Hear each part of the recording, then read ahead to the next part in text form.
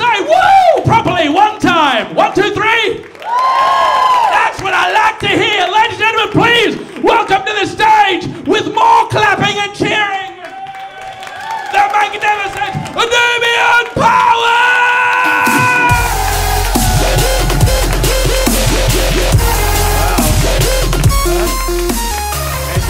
Everybody. Oh, wow. Kicking us off with a bang, am I right? Yeah.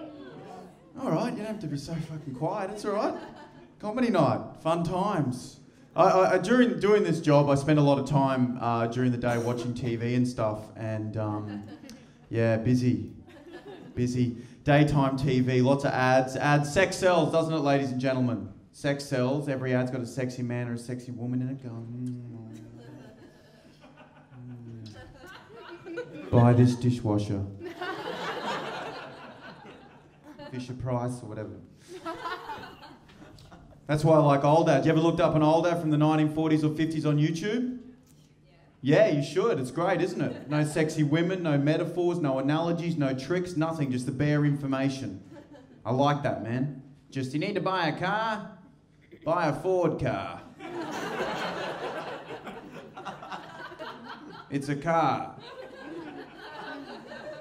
Ford. You see ads nowadays, it's like, do you love your family and not want them to die? Are you a man? Are you a real man that wants to have sex with multiple beautiful women all at once? Shop at Coles.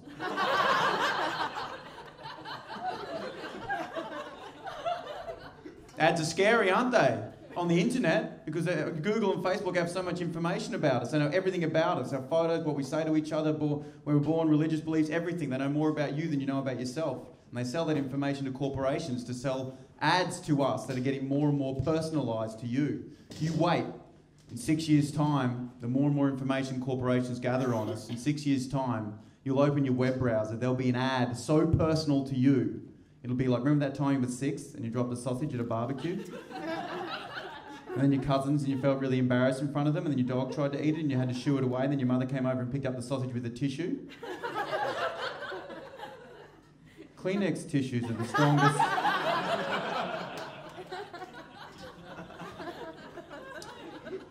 Ladies and gentlemen, one of the things you will notice as travelling as an Australian is that people say we're laid back. Well, you know, there's a perception we're laid back. We think that about ourselves. I couldn't disagree more. We're not laid back, are we?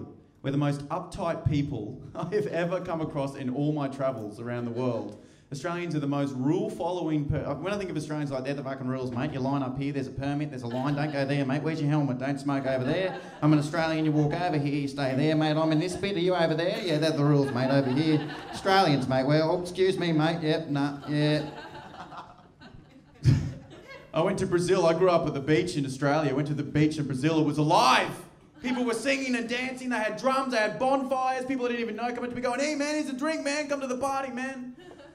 Imagine going up to an Australian on a beach, building a bonfire next to him, dancing with drums and shit going, hey man, how you going, here's a drink, come to the party. They'd be like, what the fuck, mate? Mate, this is my bit.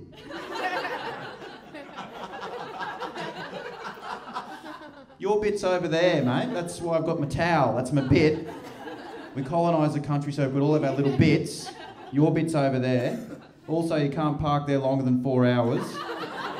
You can't grow your grass above a certain length without council approval. If you own a small business, you go up a ladder, you need a certificate to go above a certain height. You can't swear in public, you're not allowed to smoke near buildings, you can't drink on the beach. Don't touch me. Other than that, we're laid back.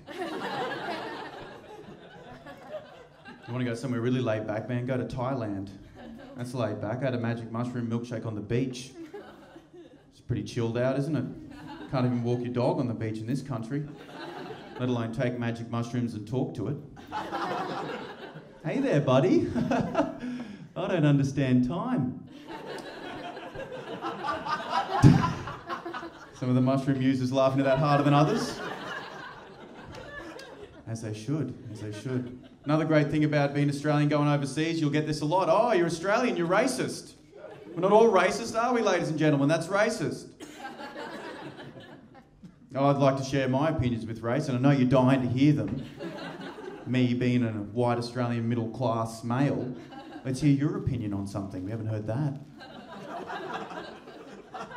And I will. I will tell you my opinion because that is the tradition of my people. As has been for generations.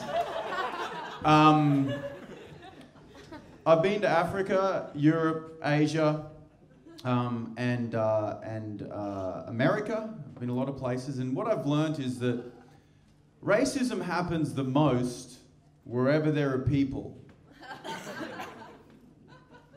Yeah. And Asians. They're the two.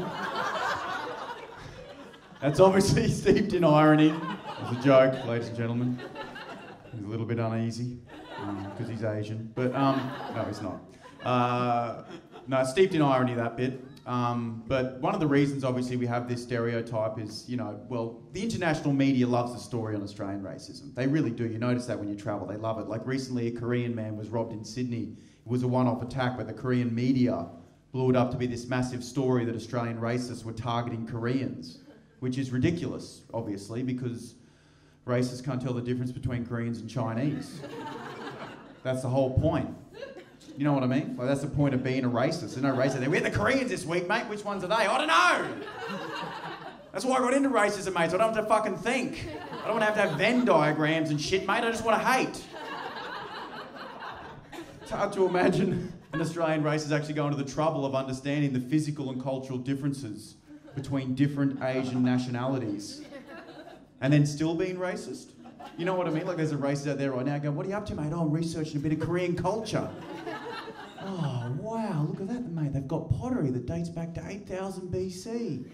It's incredible. Yeah. Yeah, you fucking early pottery cunts. I'll kill you. You fucking wood pottery early. Typical. You pottery early. What are you doing for the economy?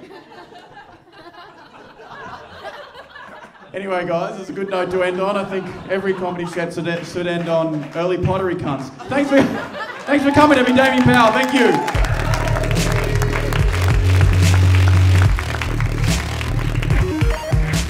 Damien Powell, ladies and gentlemen.